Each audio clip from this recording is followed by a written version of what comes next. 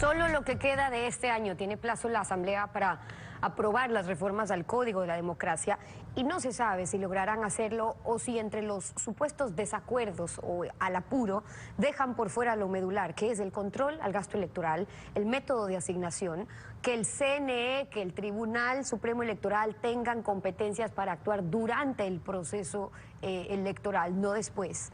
Luis Verde Soto, vocal del Consejo Nacional Electoral, nos acompaña esta mañana. Bienvenido a Contacto Directo. Buen día, Estefi. Efectivamente, las reformas electorales deberán focalizarse, sobre todo en el primer momento en que la Asamblea Nacional, en ejercicio de su autonomía, pueda lograr un paquete compacto de reformas que se junten a las reformas que estaban en curso en segunda desde el año anterior. Debería focalizarse, yo diría, en solamente tres pies, los que ustedes han mencionado. El primero es relativo al sistema electoral.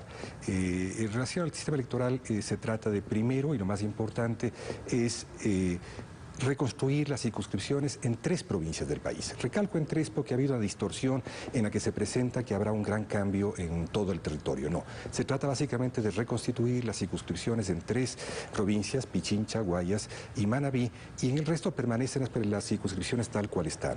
En estas 3 provincias, al volver a tener circunscripciones grandes, al fin podremos tener un sistema proporcional. Y un sistema proporcional nos va a permitir que haya representación tanto de mayorías y minorías y que el gobierno siguiente de producirse el 21 tenga una posibilidad de gobernabilidad de acuerdo en acuerdos entre mayorías y minorías. Ahora, ese luego de eso viene un planteamiento, pero permíteme hablar de algo y en todo lo que corresponde al control también desde el Consejo Nacional Electoral, el Tribunal Contencioso Electoral, dije Supremo Electoral, resta también las facultades, y para eso, dado los antecedentes ya, por ejemplo, el caso Sobornos, que puso en evidencia el financiamiento por debajo de la mesa a los partidos políticos o a los funcionarios públicos, esa lista o contabilidad paralela que llevan sobre los aportes que no quieren declarar, ¿qué cambio sería necesario? ¿No sería mejor transparentar, permitir el financiamiento, que la ciudadanía sepa abiertamente quién y con cuánto ha financiado para saber a quién podrían deber favores? El conjunto de reformas, del paquete de reformas que he propuesto junto con el ingeniero Pita para el tema del financiamiento electoral tiene las siguientes puntas. La primera tiene que ver con parar el financiamiento, el gasto más bien irregular y excesivo en términos de representación y comunicación en todos los niveles de gobierno. Este es el primer punto. El segundo es el de bajar al mínimo posible las donaciones en especies, pues a través de ellas se filtran básicamente los dineros ilícitos o se filtran modalidades subrepticias de introducir dinero no contabilizado. Luego de eso se ha planteado la bancarización del gasto. La bancarización del gasto básicamente tiene por sentido que se pueda controlar que el donante tiene capacidad de donar y no está siendo de palo blanco de terceros. Y obviamente tiene los otros tipos de controles que tienen abiertos. La cuarta, inmediatamente después de esto, es de que sea un reporte automático ante el Consejo Nacional Electoral de este gasto en un plazo de tiempo. En América Latina se utiliza entre 8 y 30 días, habrá que establecer un plazo prudente para que se notifique ese gasto inmediatamente después de realizado. Claro, ¿no? pero lo que pasa ahí, consejero, abierto, es que por más de que pongan los caminos perfectos para que declaren y esa información sea transparente, no lo van a hacer si es que les ponen un techo o si es que es ilegal hacer un aporte, porque lo que quisieron hacer en papel fue promover igualdad de oportunidades, que no sea el más rico el que más posibilidad tenga de hacer campaña, sino todos por igual desde el Estado. Pero digo en papel, porque en la práctica, ¿qué pasó? Metieron a todos en un corral con un techo, mientras el Estado candidatos y con toda su maquinaria estatal seguía haciendo publicidad con todas las instituciones públicas o por debajo de la mesa, porque desde el Estado se paga favores, contratos, concesiones, como ya hemos visto. Entonces, ¿qué proponen hacer específicamente sobre eso, cuando saben que también uno de los problemas ha sido poner ese techo que dice hasta aquí pueden donar, pero entonces todo lo demás va por abajo?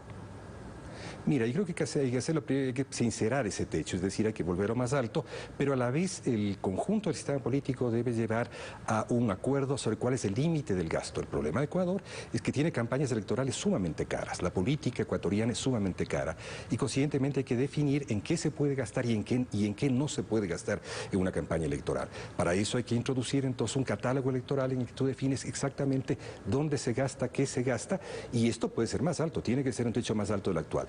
El financiamiento irregular del sujeto que viene con una bolsa de papel y $50.000 y le entrega al candidato, mientras no hayan valores morales de por medio, no va a haber cómo cambiar. Lo que sí podemos controlar adicionalmente sí es la naturaleza de los donantes. Los donantes en la legislación ecuatoriana están bien definidos y me parece correcto mantenerlos en su definición actual. Pero lo que sí se debe hacer es de que el conocimiento público de todos de quiénes son los donantes mientras se produce la carrera de caballos.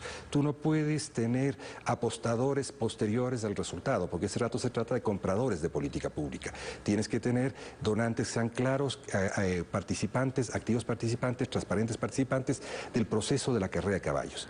Y todo este proceso tiene que ser básicamente observado por el Consejo Nacional Electoral a través de una figura, de una autoridad que le hemos denominado fedatario electoral, que es la persona que da fe pública de la corrección del gasto. Bueno, pero si bien no se puede controlar al que usted se refiere, que va con su bolsita y le llega a dar los 100.000 o los $200.000 y no es más y no declara y hay otro ilícito de por medio, para eso existe el control de dónde se ve el gasto electoral, si es que se está gastando más de lo que se está declarando, algo se podría hacer.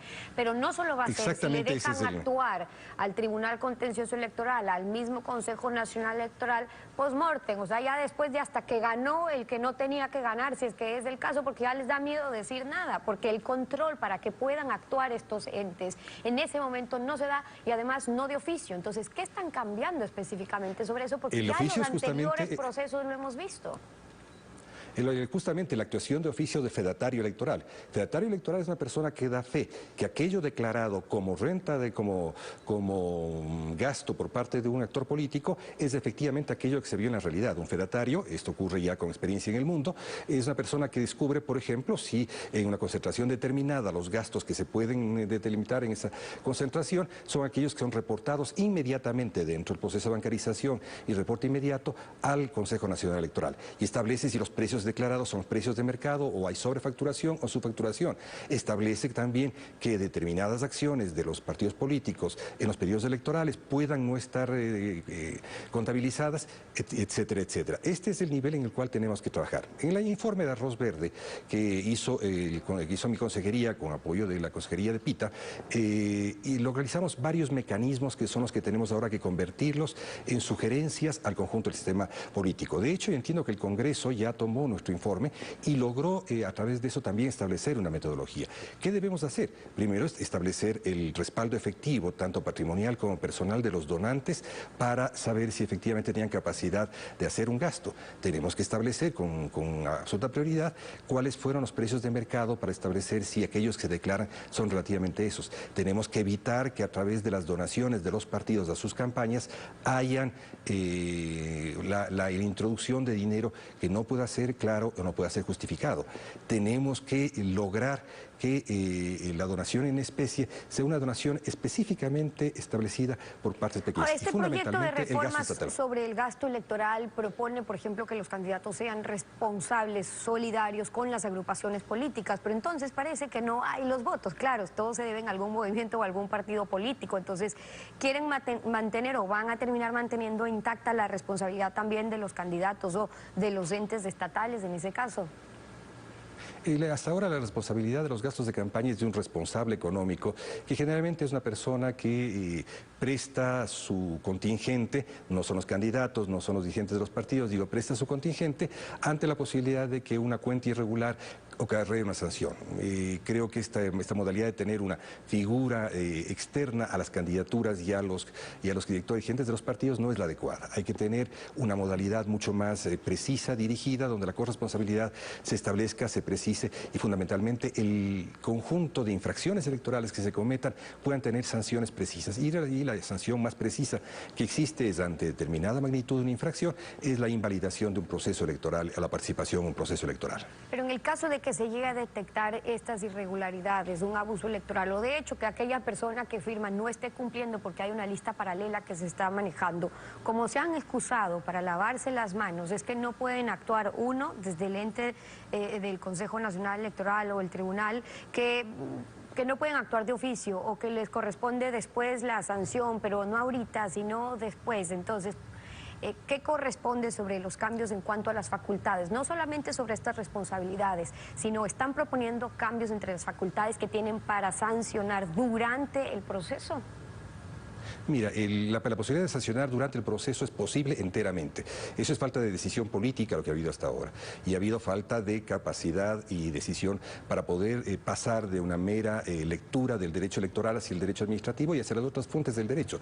Había que, por ejemplo, usted es conocido, de que ante las presunciones de fraude electoral en determinados lugares del país, tanto el ingeniero Pita como yo procedimos a denunciar a la Fiscalía y que inmediatamente sobre la marcha, durante la construcción de los resultados electorales en la mesa, pudiese ser sancionado. Esto es posible con decisión política, esto es posible con el mero funcionamiento de los reglamentos.